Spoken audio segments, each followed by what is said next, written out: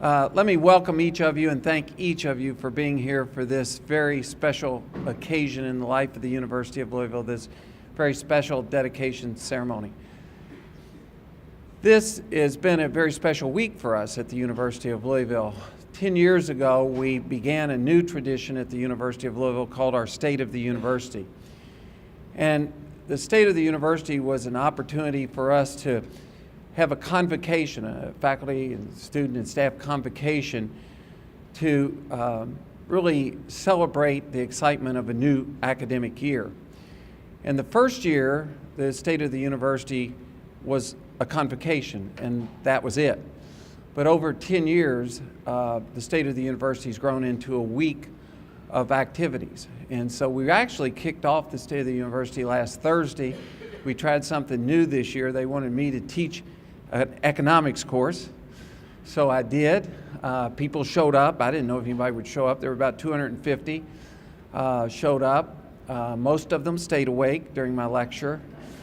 You know you're losing students in this day and time if they're awake, but you see them looking down and they're texting and that type of thing. But so there wasn't too much of that, but that's how we kicked off the State of the University. And then on Friday we had a picnic here in the Quadrangle with over 3,000 people, faculty and staff from both this campus and the health science campus. We had the football game on Saturday. We had a celebration of our outstanding faculty on Monday night. We had convocation. We had a symposium and colloquium yesterday. We had a devotional service this morning, and now this, and then we conclude the week with the State of the University convocation at 2:30. So thank you for being here and being part of this very special week and this very special dedication. Now I'm going to go a little bit long. I am a classroom teacher, and sometimes still those roots kind of show. So I'm going to talk a little bit longer than I probably should, but I'm going to tell you a couple of stories of how we got to where we are today. About 15 years ago, I was at the University of North Carolina in Chapel Hill, lived in North Carolina. I was on a national board with a gentleman from Connecticut named Bill Nightingale. And so I would see Bill every 3 months at a meeting, and Bill would always say, "Jim, I know you have Kentucky roots, and you're proud of your Kentucky heritage and tradition." He said, "There is this beautiful person, this wonderful person back in Connecticut, and she has deep Kentucky roots. She's proud to be a Kentuckian. She talks about Kentucky, and sometime you all need to meet." And at the time, living in North Carolina, I thought, well, I'm no longer in Kentucky, and I don't know how we would arrange this meeting and so forth. But life is great, and it's funny and strange sometimes. A couple of years later, I was asked to come back to Kentucky, and then subsequent to that, was asked to come into this position. I was still seeing Bill every 3 months, and he was still prompting me to get together. And of course, the person I'm talking about is Ann Bowling. And so the way we finally got together, Ann was serving on the board of Berea College, and Ann also served on the board of Midway College, Board of Trustees and Regents. And so she was in town, she was in the state, actually Berea, for a board meeting. And I was doing some work for the university in Lexington. And so our first meeting was at the, what do they call, the Spindletop. I was going to call it something else. Spindletop, which is actually on the campus of the University of Kentucky. So Ann was here for Berea, and I was UofL, but we actually met at UK. Since that period of time, I've gotten to know Ann, and she has been everything and more than what Bill Nightingale had said when he described her as a wonderful individual, an amazing person, and someone very special. Ann is all those things and more. Ann and I have gotten to know each other over the last 11 or 12 years. It's been mostly long distance. We try to get together whenever we can in New York or sometimes in Florida. But more often than not, we correspond as sort of a lost art through our letters. And I love receiving letters from Ann. She tells me about the family and her children and her grandchildren and what they're up to. She inquires about my family. We talk about our trips, our family trips, and we compare notes. Some of the great trips that they've been able to do as a family and some of the trips that we've tried to do. And then in every letter, Ann finishes on a very encouraging and very inspirational note. And when I finish reading those letters, I really have to smile and thank Ann for her friendship and for her encouragement and inspiration to me. Now, I did not know her late husband, Jim Bowling. I'd read a lot about Jim. Ann has talked about Jim and told me a lot about Jim, and then many others. Ann and Stu are here, but many of the contemporaries of Ann and Jim at the University of Louisville, and particularly David Jones and Betty Jones, have talked a lot about Jim and Ann Bowling. I wish I could have known and had the opportunity to know Jim. I know it's hard with the loss of a loved one to carry on, but Ann is a strong individual. She's a wonderful parent and grandparent. Again, we've talked about her many trips with her family and compared notes. Ann and Jim have always been committed to Kentucky and giving back to their home state. And I know they've provided financial support to the University of Louisville, University of Kentucky, Berea, and Midway, and probably even more organizations. Jim served on the Midway and Berea college boards. Then Ann took his place. And now one of Ann's daughters is on the Berea board and another daughter is on the Midway board. Again, Ann and I try to get together whenever we can, but it's sometimes hard.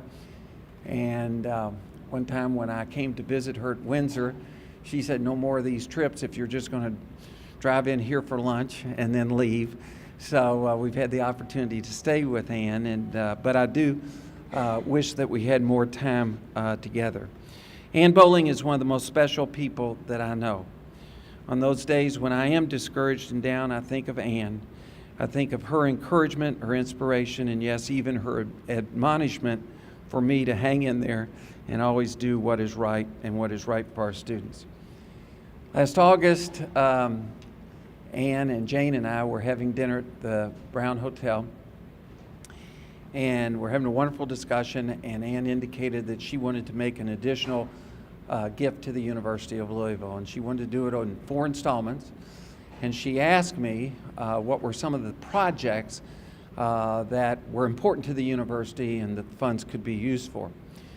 Well, that brings in Justin Brandt, our student government president from last year. And we have an incredible project under construction kind of across the way here. Going to be a magnificent project for our students, our Student Rec Center. And that project would not be taking place if it were not for our student government. They drove this project. They put the plans together, visited other schools. That's a high-profile project. But Justin said we've got another project that is very important to the students, and it's not as high-profile, not as expensive, but it's very important, and that was the renovation of the quiet area here on the 4th floor of the Ekstrom Library. The Ekstrom Library truly is a hub of student life at the University of Louisville. And so Justin had presented an idea to me earlier, asked for money, which I didn't have, but it was to spruce this up. And so the building, we did a renovation a number of years ago, but the original building was done in 1981. And so the carpet in here was 1981, much of the furniture, 1981. In fact, they were telling me, Dean Fox, that there was actually some furniture in here that goes all the way back to the 1950s.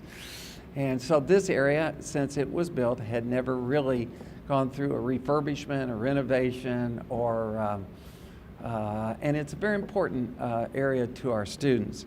And now everybody has to have their plug-ins for their iPhones and their iPads. We didn't have any electrical outlets.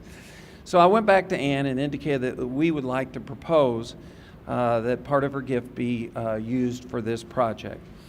And so one of the things I said to Ann is, let's see if we can get Justin and Dean Fox to match your gift. And so I don't want to tell them this, but I guess I will. I already had the money set aside if you hadn't raised the money, but they raised the money. I'm very good, so that's great.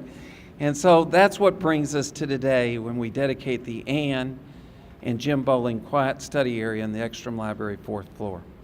Now you'll have an opportunity to meet Ann in just a second. She'll be the last presenter. And so at this time, I'd like to ask Justin to come forward. And then he's going to introduce Carrie Mattingly, the current president of the SGA. Carrie was part of Justin's administration last year. And we're very fortunate at the University of Louisville that we've just had outstanding leadership in student government, and Justin's been part of that. And you see the kinds of things that our student government is able to get done, from student rec centers to taking areas like this and really improving them and making them better for our students. Justin has traveled all night on bus from Chicago to be with us. Justin Brand.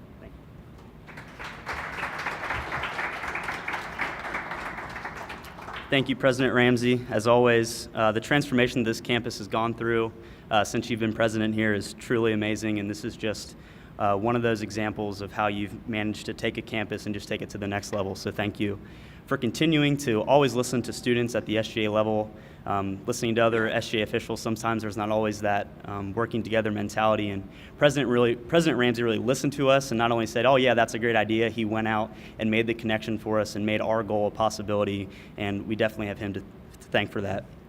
A reason this is really personal for me is Ekstrom Library was kind of my home away from home for my first 2 years of college. I would come here almost every night just to study, hang out with friends. This is where I came to love the University of Louisville. And more often than not, I would find students playing territorial games for outlets and, uncomfortably shifting in 1980s furniture. And I just really thought that was kind of a shame, because this is one of the most trafficked areas on campus. And if you look across the country and even across the state, the campus library is the quintessential building where a lot of students go. And that's kind of the image of the university, and as it should be, as a place of learning.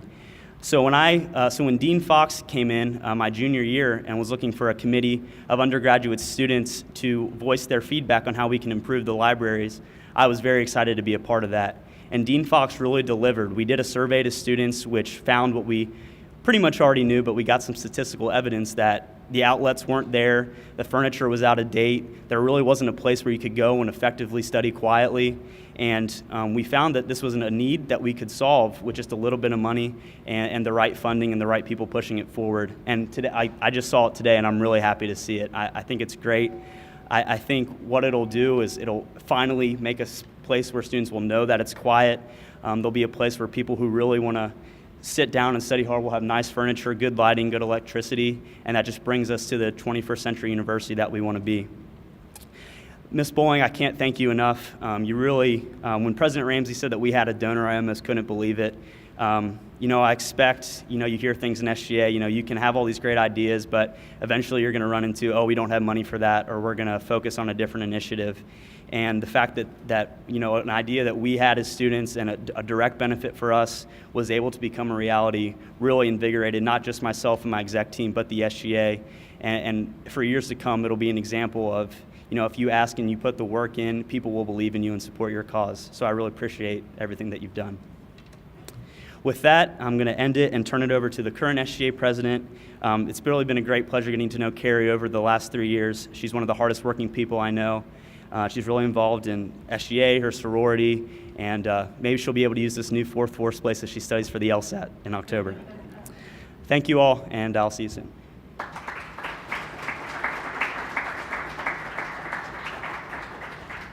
Thank you, Justin, and good morning. As Justin said, I'm Carrie Mattingly, and I'm currently serving as student body president, and last year I had the great privilege of serving as academic vice president in his administration. There are many people here today to thank for this outstanding student project, including the SGA leadership, both past and current, President Ramsey and Dean Fox for helping us make it happen, but especially Mrs. Ann Bowling. As I said, my previous position, academic vice president, Academics have a special place in my heart, and it really makes me happy to say that we had a willingness to contribute to somewhere that would foster academic excellence for years to come. And it's definitely not always the case that SGA has an initiative that we start and both finish the same year. So that was definitely something that we are very, very proud of in last year's administration. I'm a senior now, and I must say that I haven't spent nearly as much time studying in the library as one might expect, mostly because quiet study spaces are sometimes hard to come by. But I'm excited to say that the accessibility, comfort, and usefulness of this newly renovated 4th floor is something that all students are noticing, and many are already using, even though we haven't even hit midterms. In the coming year, I look forward to seeing the continued success of this space, as well as the Ekstrom Library as a whole. With that, I'd like to introduce an outstanding student advocate on UofL's campus, Dean of Libraries, Dean Fox. In 1981, when the Ekstrom Library opened, they had a dedication brochure. And the brochure said they made the building adaptable to the radical changes in library resources and services that may be anticipated in future years. If you read a little bit further, what that meant was they didn't build lots of walls. They wanted it to be flexible. Obviously, you've heard they didn't anticipate that we needed electrical outlets for that. I always joke, but when they built this building, they probably needed an outlet for the IBM electric typewriter in the dean's office, and that was about it.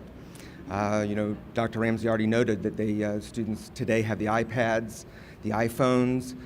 They didn't anticipate back then laptop computers, let alone actually any computer, to be in this building. So it's had quite a bit of change over the years. Since I've been a librarian my entire career, I keep hearing dire predictions that libraries are going to disappear, yet they don't. Dr. Ramsey noted that the Ekstrom Library is a hub of student life, and it truly is. Our gate count last year was 3 million. So even with the records freshman class, all of our students, if you had all of our students, all of our faculty, all of our staff together, that's 120 visits per year for everybody in the entire University of Louisville coming into our libraries. It's an incredible amount of uses that we have in these spaces. If you ask students why they come into the spaces, though, you may be actually very interesting for you. Probably not what you think. The first use, they say, is they need quiet study space. They want a rec center. They want a student activity center. They want new dorms. They want fraternity houses. But when they want to come and study someplace, they come to the library. They've identified that as the place they want to go to. The second place they've identified as second biggest use is group study use, collaborative projects. Interestingly, third on the list is hard copy resources.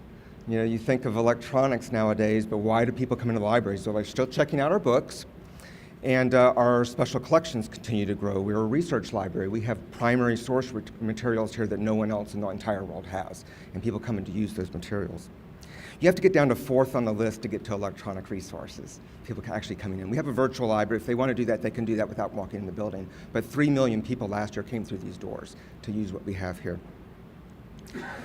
If you ask students, though, what we need to do to actually improve the space, as Justin mentioned, electricity was first, and we added over 500 electrical outlets just on the old side this last year. But working with Justin and our Student Advisory Board and SGA, we identified this space as to improve, to make quiet study space for the next year.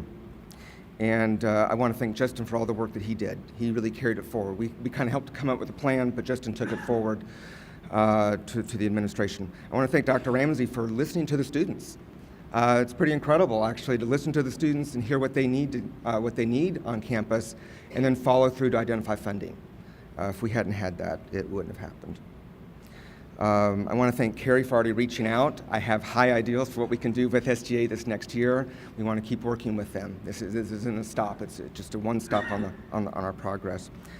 But I certainly want to thank Ann Bowling, not just for this gift. If she hadn't made this gift, we wouldn't be here today, first of all. This project is because of the lead gift that she made. But she's been an ongoing supporter. This wasn't a first gift that she's made to the library. She's been supporting the libraries for a number of years here, and our students are benefiting from that continuing support. As Dr. Ramsey indicated, we used Mrs. Bowling's gift as a challenge, and our development officer and I went out and we did some fundraising. A number of our other donors are here today, Alan and Barbara Canapel. I want to note them, Artie Peter. A number of our library employees actually donated. We had payroll deduction for folks. They were giving just a few dollars per pay period, but they contributed to this project. They wanted to help match that gift. And we did reach the gift entirely with private funding. There are no state funds that went into this project at all. I'd also like to thank a number of library folks that helped us with both the fundraising and also developing the plans for this. What we see around us, I didn't do just, it was a group project. Everyone had our part to do this. And so certainly I hope that this won't be the last time we all get together. There are other spaces that need to be renovated in the library as well. So we want to keep moving forward with that. But it is really it is the hub of campus, and we need to keep investing in it to make sure that we're honoring the legacy that they put into this building in 1981 to make it the place for students to be successful. With that, I would like to introduce Mrs. Bowling, and I know she has some family members here. Her daughter is here with her family, and I want to thank you for attending today as well. Mrs. Bowling.